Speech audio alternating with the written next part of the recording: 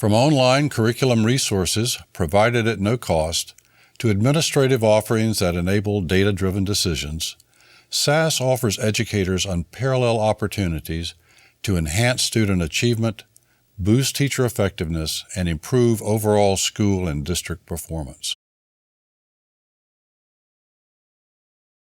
You've led many of the nation's largest school districts and have had to work to boost achievement in those areas. How do you use data to make this happen? Well, in some ways, it's how to actually, in some ways, avoid the worst uses of data. And systems that haven't really gotten familiar with ways by which to use data in more powerful venues have sort of been distributing data and really, or distributing information really, and thinking about it as data. And one way of being able to be more successful in districts is to actually create a real demand for data, such that it actually is understood as being something that is a source of support. It's a resource. It isn't a way of playing gotcha. It isn't a way of playing, both ends against the middle, but it's a way of being able to give people an objective understanding about what actually is happening for children in the context of classroom, the whole classroom experience. The most successful way that I have seen data being used is that it comes packaged in ways that people actually see it as valuable, timely, and a real resource for the problems that are immediately in front of them. So it's sort of leadership, data, strategy development in my mind, and that really is the most powerful use of data that I've had any degree of success in using in school districts. And certainly at a central office level, you'll have a global understanding of what you want to happen with this using of the data with the leadership and strategy.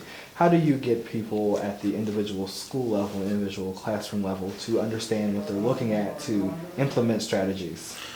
Well, again, this goes back to what I was saying about how it gets formatted. I think to a large degree, there needs to be a way where in some central venue, some central office, we create, for example, or have created, a way of having the data become integrated. So you're not looking at separate points of data at separate times. You're looking at a whole picture of what's happening for children in a given school, in a given time frame.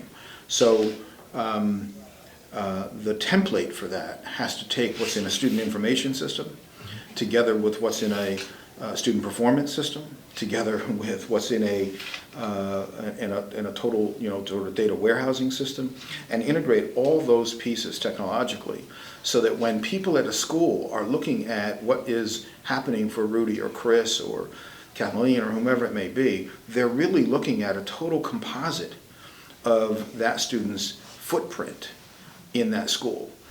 What do you think is the biggest challenge in making sure that data is used in this way that's more comprehensive and not in this kind of siloed fashion, as it has been and continues to be in a number of places across the country? One of the problems has been just the technology, the integration, of the technology to do this.